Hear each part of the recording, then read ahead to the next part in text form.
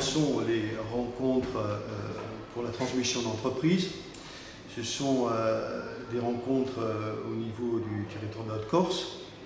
Elles seront lancées le 30 mai à Bastia. Ensuite, nous irons le 31 à Guisenach et enfin, nous terminerons en Balagne le 1er juin. Alors, ces rencontres sont très importantes pour l'économie et le tissu économique insulaire, car la transmission concernera un tiers des entreprises corses. C'est-à-dire un tiers des entreprises aujourd'hui qui sont en passe dans ces 10 prochaines années d'être transmis parce que nous avons un tissu d'entrepreneurs qui est vieillissant et qui a besoin donc de faire cette transmission. Donc là, on voit vraiment l'importance de la chose.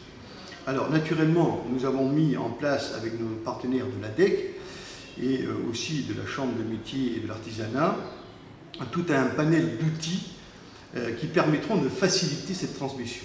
Naturellement, ça va des outils d'aide à l'étude de cette transmission, mais éventuellement aussi de participation à l'achat éventuel de ces entreprises. Donc aujourd'hui, les experts comptables sont aussi mobilisés.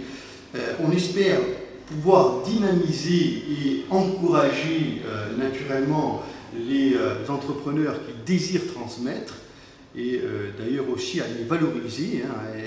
Nous sommes très reconnaissants qu'ils puissent le faire à travers notre programme. Vous avez parlé de 8000 entreprises, c'est considérable. C'est considérable, mais c'est la réalité. C'est la réalité aujourd'hui économique. Et c'est que nous n'avons pas forcément développé assez cette initiative entrepreneuriale en Corse. Donc aujourd'hui, naturellement, on agit sur d'autres leviers qui sont aussi l'export, dont on aura une réunion le 1er juin à l'IMF de Borgo, mais aussi l'innovation. On voit bien que pas mal d'organismes, je dirais aussi, incitent les entrepreneurs à innover. Et naturellement, quand on part sur un socle, sur un bon socle, qui est celui d'une entreprise, on a toutes ses chances de développer et d'améliorer les choses, naturellement.